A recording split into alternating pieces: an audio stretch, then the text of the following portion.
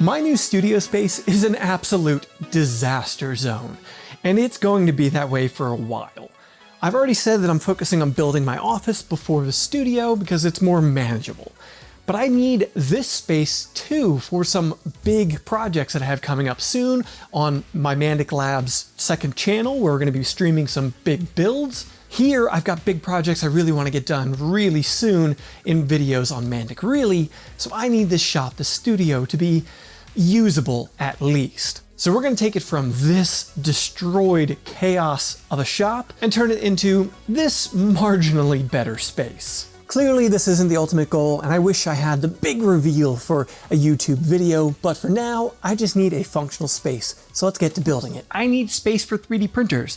They're gonna end up on the wall right behind me here on some shelving units. But this server rack needs to move over closer to that HVAC unit, which generates noise in this space. I need to deal with that, as well as dealing with the reverb in this space that I'm dealing with in every video that I've tried to film in here. So I need sound treatment, meaning I need to build some walls and fix one wall for sure.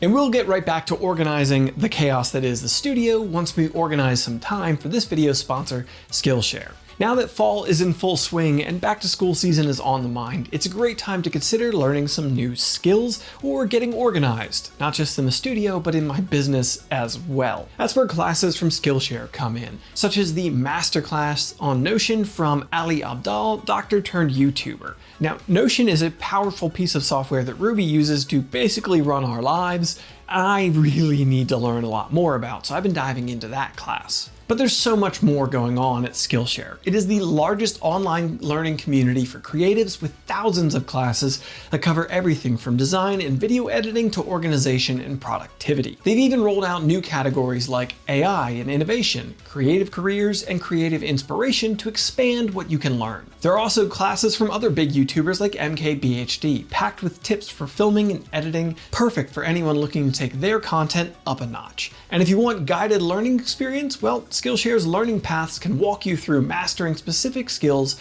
like Procreate for illustrators. The first 500 people to use my link in the description will get 1 month free of Skillshare. So if you want to look at taking your hobby or your career to the next level, check out the classes on offer at Skillshare. Join up today and get into the creative movement. All right, folks, let's get back to taming the chaos that is my studio. Of course, the elephant in the room that we're getting into this is the lack of drywall on this wall. You can see that this is where the electrical panel and the main service come in, and that's why the drywall was removed. It had already been patched up a handful of times from people accessing for what looked like a broken water line here and running new circuits, so it just made sense to get rid of it all and do it fresh, start over, which also allows me to add this insulation. I'm going with Rockwool Safe and Sound. It's my insulation of choice in a lot of projects as it's flame retardant and also reduces sound transfer, which for a studio is really important. But just my luck, only 2 bays of this entire wall were 16 on center, so every piece of insulation had to be cut, save for like 3 or 4. That said, you're not gonna see me get any drywall on this wall in this video. I have other drywall work I want to do in the studio, and I'd rather do it all in one shot and not break it up into other smaller projects that's just going to have dust throughout the studio multiple times. So for right now, I can clear this space up and move in the toolboxes that are going to at least temporarily live here. These are my toolboxes full of 3D printer tools and parts. So right now they fit perfectly in this space, but I don't think it's where they're going to live long term. Now I am also jumping around a little bit in this video, as you'll see some stuff to the left that we haven't talked about yet. I'm just trying to present things in a way that I think makes the most sense for this project. Now it's time to start the construction and build some walls in this space. I'm gonna break out my Bora speed horses. You pull this little release and boom, the legs drop down. I love deploying these things because they're so much easier than even your generic metal sawhorses. My first focus is building a room within a room around the HVAC and the hot water heater. Both of these produce noise and heat into the space, so I want to reduce that as much as I can and be able to control my environment. That's the whole point of a studio, is being able to control your lighting, your sound, so only what you intend to come across in a video is coming across. I'm using 2x6s for the construction of this little room so that I can get just a little bit more insulation in there for a little bit more sound damping.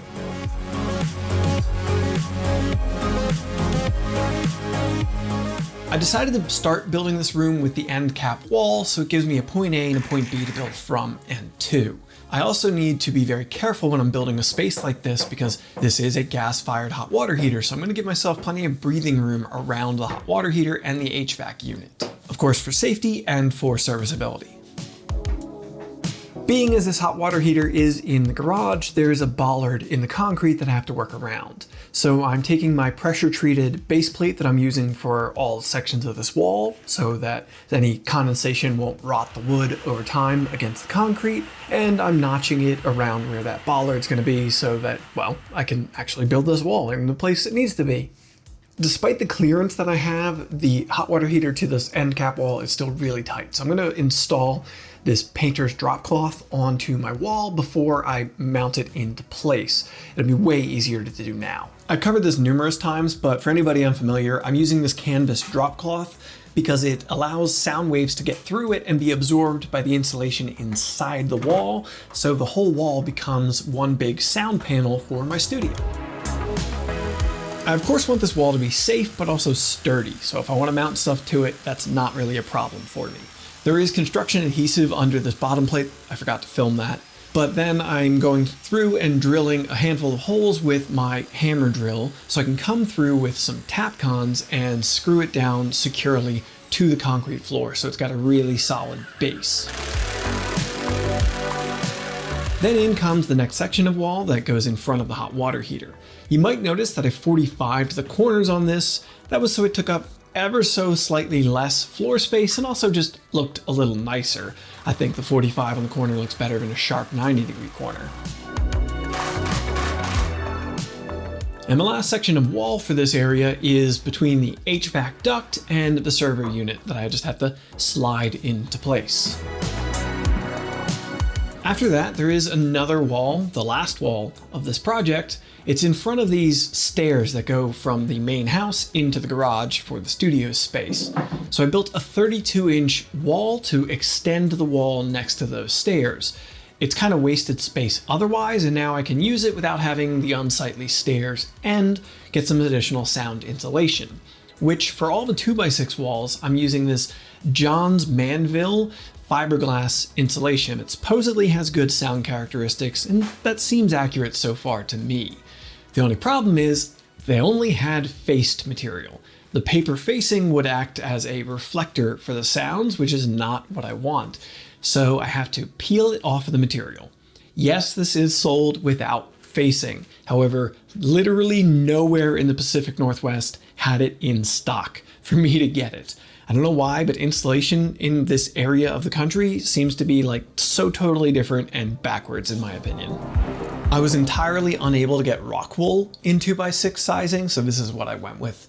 It was my happy medium, and it does seem to be pretty good material overall. Now, this area I've dubbed the HVAC closet has one glaring problem. There's a big opening in it, so we can get in there and service things, and these two walls don't line up with each other to easily enclose that door space. The one next to the HVAC duct sticks out further than the one next to the hot water heater just to maximize floor space.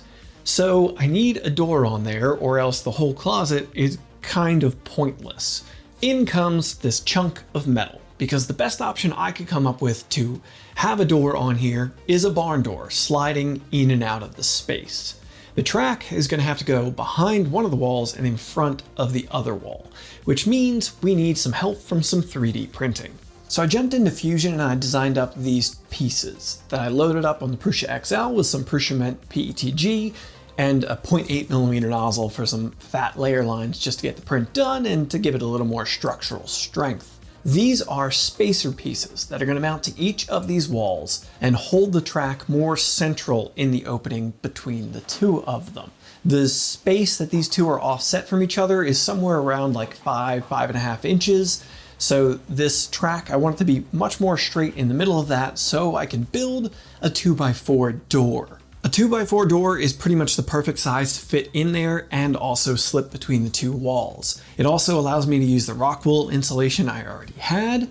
To hang it, I'm just using these roller track things that go with the track that I got from Lowe's, and then slip it into place. Now I still need a handle on this thing, so I printed up this one on the Prusa XL. This is actually two materials, PETG and TPU printed together using the tool changing of the XL, so I got a squishy grip in the middle of the handle. Didn't work exactly how I'd like, and this is something I'll revisit in a future video to do it better. For now, it'll work to just get mounted up onto the door and act as the handle I need it to enclose this space and allow me to get in and out of the HVAC closet. So far we've addressed some sound stuff and cleaning up the space visually, but we don't have any additional storage yet. This area here I've decided is going to become my shipping station. So this is where when packages come in, they will go to this station, or when they're being shipped out, I will have a computer and all set up here to ship things out from here. To build this, I'm using these shelving units that I got from Lowe's. They now come in a kit form where you can buy the pieces you want so you don't end up with extra shelves or whatever you don't need for your purposes. To fit in this space, I did block up the left-hand side with a 4x6 and some plywood to the right height, so the right-hand side could sit on this step and it would just still sit evenly and level. Then I'm going to add my shelves as I need. I'll probably add one more shelf to this, but you can see here, now I can come from in the house and put things right onto the shelving unit and be organized. With the server rack moved over against the HVAC closet, I can set up the second set of the shelving that I got. This one's slightly larger, which I love that there are multiple sizes of these now too. This is going to hold the bulk of the 3D printers in this space, but we're going to load them up after we deal with some more sound treatment. I got these unit acoustic panels that are much thinner than the normal material I would use, so they'll fit behind the shelving unit without reducing my interior space of the studio a lot. They're likely not going to be nearly as good as the thicker materials I usually use, but they seem to actually be making an improvement to the sound in the studio, so I might get a few packs more of these. They're not cheap, however, so I'll have to wait on that. With the rest of what I had of that acoustic panel insulation up on the walls, it's time to get to the shelves on the shelving unit. For the top shelf on both units, I'm using 3/4 plywood that I painted the underside of gray, so you don't see brown wood grain underneath the shelf. For the other shelf, I went with this melamine coated particle board. This should really have a smooth surface for wiping down and working with and sliding printers across it, but it's white and I don't like white in my studio. So in comes this Hexagons Arbestigons vinyl wrap that I got to put on the shelf and give it a cooler look, hopefully. I put it on one half of it because I couldn't get a roll wide enough to cover this whole thing, and then I realized the rest of the roll that I had wasn't long enough to do the rest of the shelf. So I kind of just gave up here. The last thing I need to control in this environment is lighting. Currently, I just move light stands around in space and it's just not ideal. Always tripping over them. They always have to go right where something else is, so I have to move stuff. That's where these telescoping boom arms come in from B&H. They sent them over for the studio and I really appreciate that. They are great because they can telescope in and out. You can change the angle of them, tilt them up and down, and have lights mounted all the time, but not taking up floor space. And that is the biggest deal to me. So much easier to work when you have these things in place. Last thing I really need is a workbench. I threw down this area rug that I had in the old studio for a more comfortable workspace, and then I started to unbox the FlexiSpot E7 4-post desk that they sent over. They're not sponsoring this video, but they did send this over for the new studio, and I adore them for that. Then it was time to put on the butcher block top. I had to contemplate my life choices for a moment before I hefted it on there. This thing is 6 foot wide and 36 inches deep, so not at all small nor light. But I need that real estate for bigger projects. such as the first project that I did on this new workbench in the new space, the RatRig V-Core 500 that I streamed on the Mandic Labs channel while I built it. That took up every inch of that workbench and really could have used a little more space. Of course, this thing is legitimately big, so might have been really putting the new workbench to the test with this being the first project. This bed is still warm from the print I just ran. I should probably get out of here. It's kind of blowing my mind to look back at where we started at the beginning of this video, which IRL was only a few weeks ago. This space has come along so much faster than I ever really expected it would. I've already built a 3D printer on this workbench. My utility closet with the sliding barn door is working beautifully. It's doing everything I hoped it would. One, it's not nearly as ugly as the corner was in this space before. Two, it's reducing the sound level coming off of that heater unit. With the door closed, my decibel meter just outside of it, with the heater running and the auxiliary fan that I installed in a previous video also running, I'm getting 44 to 45 decibels. With the door open and just the sound being able to get right to the decibel meter, I'm getting just over 50 decibels. Not as big of a drop as I might have hoped for, but nothing to sneeze at. The barn door itself, I'm gonna pretend that I planned it this way. It worked out perfectly so that I can actually go this way all the way with it, or it'll actually fit with a little squeeze between the duct and the side wall, so either way I can open the door up to get in and out of there. And I've actually been making use of this space as like a little broom closet. I got extension cords and stuff in here, things that I need but are a little unsightly in a studio. The 3D printer shelving setup needs tidying, but it's working. It's holding 3D printers. Technically only 3 of these are functioning at the moment, but that's beside the point. Overall, this could be another filming angle. I could use this as a backdrop once I tidy it up and get some lighting and change a few things. But for the most part, it's doing what I want. I'm tempted to put some 3D printers on the top of it too. I'd need like a library ladder to get to them, but it's an option. I'm still not sold on whether I want these toolboxes, or at least both of them, to remain here. They do fit in the space really well, and they can hold 4 3D printers. They make a pretty good looking backdrop, and they kind of epitomize the fact that this space is coming along so darn well, as long as you don't look at the lack of drywall on that wall. Absolutely do not look over here in the mechanical area. And whatever you do, do not look into this corner, which will eventually be the dirty room, when I can afford to build it or find a sponsor to help me get that done. So please consider checking out my Patreon account and help get this build out done a little bit quicker. And this one is probably a really personal gripe, my own pet peeve. I hate this garage door and that garage door opener. Do not like them in my shots in any way, shape, or form, and they must go away. That's a project for the future that I honestly haven't 100% figured out, but we will get to that. And I do believe that's where we're gonna wrap it up for this one, folks. There are big projects on the horizon, a handful of which are already started and been working on in this space. So if you've enjoyed this video, maybe you'll enjoy this one, where I rebuilt my last studio's backdrop into the exact setup that I wanted it to be right before we moved out.